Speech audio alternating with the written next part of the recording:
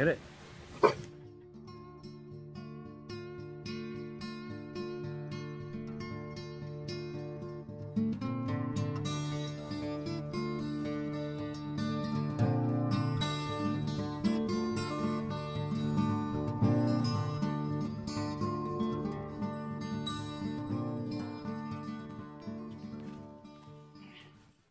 Love your dad.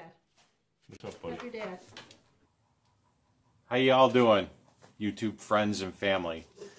This is Bob from Bob and Melissa Vlogspot. It's been a little while since I've done any type of vlogging at all. We've got reasons for that.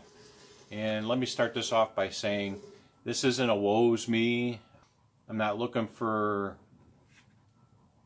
anything out of this. I just wanted to give everybody an update of what's been going on in our lives. We kind of keep a lot of stuff personal, but I kind of felt like this needed to be put out there. Questions and people just asking for what's going on and updates. It's been unbelievable, and the outreach and the well-wishing and the prayers that I've been receiving. It's kind of overwhelming sometimes, you know, but you don't expect it. Just goes to show that there's still good people in this world. So, how you doing, Roscoe? Huh? No. Let's start it off. So, with work, I got my notes. I'm on a hazmat response team. And what that requires every year is I need to get a full physical. In that full physical, which I had done back in March, they found a minute trace of blood in my urine. No big deal. I've had stones in the past. You know, that's just kind of what I thought I'd write it off as. So I contacted my primary doctor. She set me up with a urologist. Met with him, and you know, first plan is to get a CAT scan. So I set up for a CAT scan, and we got this thing called a My Chart. And so I do the CAT scan. I get a notification in my mail that I've got a test result. So I log in, and as I'm going through it, I find this little line that says a mass was found in the lower lobe of the right lung. Kind of hits me like a ton of bricks. You know, you don't expect that. And here you're just thinking, okay, I got stones. It's no problem, you know. Well, stones are a problem. I don't know if any of you have ever had them.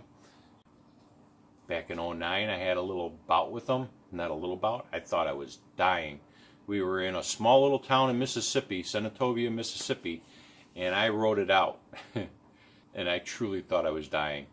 I'm sitting there, and I'm just kind of, my mind's going, boom, and my phone rings. And it's my primary doctor.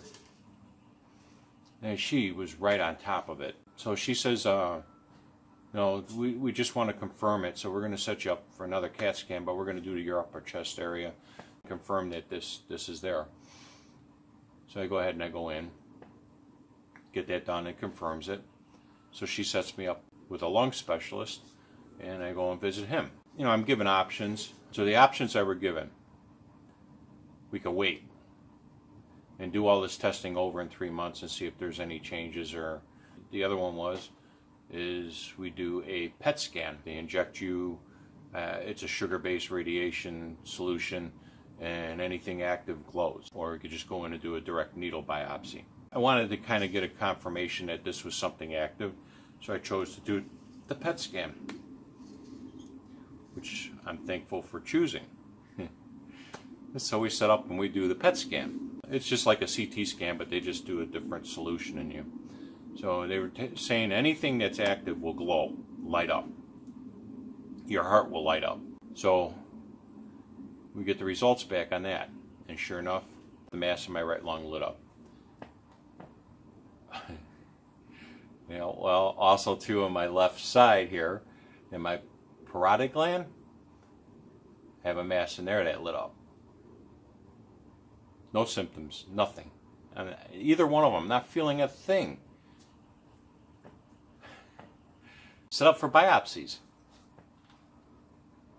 and I was fortunate to work with the hospital, and we were able to schedule both biopsies on the same day. This one was done by an ultrasound. They went in ultrasound with they had to do, I think it was 4 needle attempts before they got a really good sample.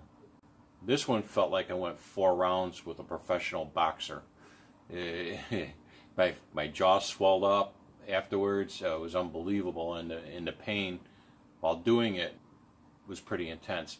And I was told that's because where this mass was, it was below the parotid gland up against the jawbone, which your parotid gland is located right about through here, right below the ear and through that section there. So I get that one done. That's the first one, and then I'm thinking to myself, man, I can't believe how intense that was. This lung one's going to be, it's got to be 10 times worse. So I'm hyping myself up in my head for this, and I get in there, and they put me. It's called Twilight because I have to respond and do certain things, as they're doing this biopsy. This was a CAT scan guided biopsy. I didn't feel a thing. I come out of that, absolutely no pain. Unbelievable. They said that they went in 3 times. They're pretty sure that they got enough material to do a biopsy on. So all done and said. So this comes back benign, solid, 100% guaranteed benign. The lung one comes back. It comes back as benign. They got a lot of inflammation inside the samples, so it's my option again was I could wait 3 months, and we could do all this testing over, and and make a decision from there, or we go in, we remove the nodule, we test it right there while I'm still sedated, and if it is cancerous, they remove the lower lobe of the lung. If it isn't, we're done. So I set up for the operation for July 25th. It was a Thursday. What you doing, Roscoe? Out running the yard. Oh, you still stink, buddy. Yeah, that's a story I'll get into too. Our buddy here got himself introduced to a skunk. A direct hit right to the face. So we set up for the surgery. Go Thursday morning, check myself in. Melissa's there with me. She stays throughout the event. I come out of it. They told me that they removed the nodule and the material around the nodule. At that time they tested it and it seemed benign, so they didn't go any further with it.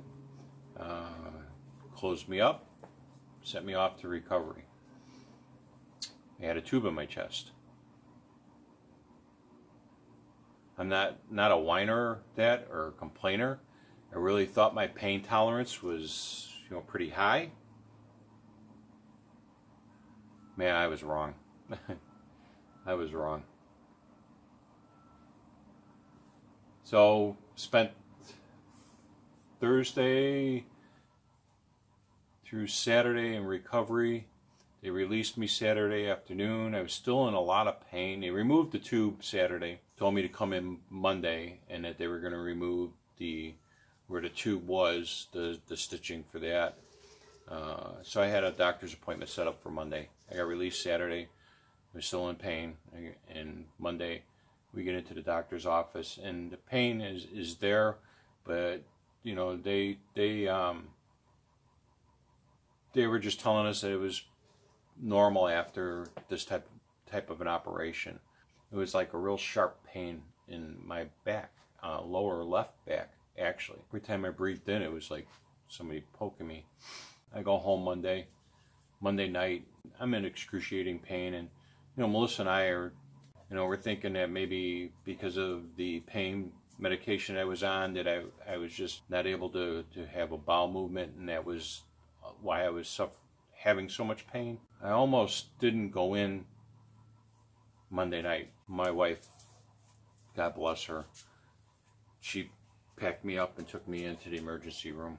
We were there all night until about 3 o'clock in the morning when they finally admitted me. We went from possibly being compacted, took x-rays, nothing showed up in the x-rays. Then the thought was maybe, you know, the stones actually were coming forth. So they set me up for a CT scan because the x-rays didn't show any stone. Got the results from the CT scan. They found out that both my lungs were full of blood clots. They admitted me right away. Started me on a regimen of blood thinners. Now the only other option I would have had on the left side, it was pretty massive, isn't going in and removing the blood clots. And we decided to give the thinners a chance to work, and I'm grateful that we made that decision. So I spent Monday all the way through to Saturday in the hospital again. I'm thankful I went in because it could have turned into a really serious situation. I got great friends behind me, and I know that the prayers worked and helped me through this.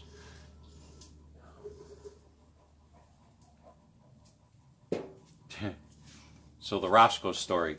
Saturday I got released during the day. So Saturday night, you know, I'm in bed, I'm out. Melissa stays up, she's reading and doing her crocheting and that, and she decides to leave Roscoe out at 12:30 at night. And Roscoe has his first encounter with the skunk and took a direct hit to the face. And me, with my lung situation, you know, he comes right into the utility room. Well, the utility room's downstairs, but our whole house just filled with it. So, needless to say, it was quite an eventful night Saturday night. Melissa was great. She cleaned everything. She bathed Roscoe. It's been an interesting process. We've been washing and cleaning everything in the house. Today is Wednesday. My recovery's been awesome. Every day is a big improvement. I get a little short on breath every once in a while. I am so bored just sitting around. I got a lot of restrictions. I can't lift more than 10 pounds. I can't push anything. I can't pull anything. So cutting the grass is out of the question. But it's good. This situation could have been worse, but it isn't. I've got a lot of you out there praying for me, and I can't tell you how much I appreciate that. I just know that was part of the reason why my recovery is going along great. I just thank you all. We still have this to address. It will need to be removed because it is growing, even though it's benign. That'll be something for the future. I've got a doctor's appointment to discuss that. I've got a couple of them this week too. I think I'm going to be on medication for a little while. We'll see how that goes. Again, I'm not really good at giving out personal information. I appreciate everybody, you know, with the thoughts and the prayers. I just wanted to give you an update on what's going on in our life, the importance of keeping on top of your health. I thought I was a pretty healthy guy, a little overweight, you know, and I wouldn't have known about these things, you know. I'm just thankful that, in a way, you know, it's a good thing, bad thing with the hazmat deal will work, but thankful I caught this early. That's my update. I'm out here in the shop. I can't do anything. I did a little cleaning. So that's basically what I'm watering the garden right now. Our garden too. I've got a little video I got to put together for that. Even though we've neglected it the last couple weeks, it's unbelievable how it's just gone boom. And you know, we're getting cucumbers off of it already, and she's already done 1.5 gallons of refrigerated pickles. And tonight we're going to can pickles. Our tomatoes too. There's some of the ugliest looking tomatoes, but man, are they delicious. They are unbelievable. And we've gotten some yellow squash, peppers, we got jalapeno and bell peppers off of there. So look for that video coming up soon. As always, if you like the video, give me a thumbs up. If you're not a subscriber, please subscribe. If you got questions, comments, leave them below. I will definitely answer them, get back to you. And again, I can't thank you all for all the thoughts, well wishes, and prayers that I've received. It's unbelievable, this YouTube community. People actually care. And it truly means a lot to me and Melissa. And this is the reason why I'm doing this update video. Thank you all. Talk to you later.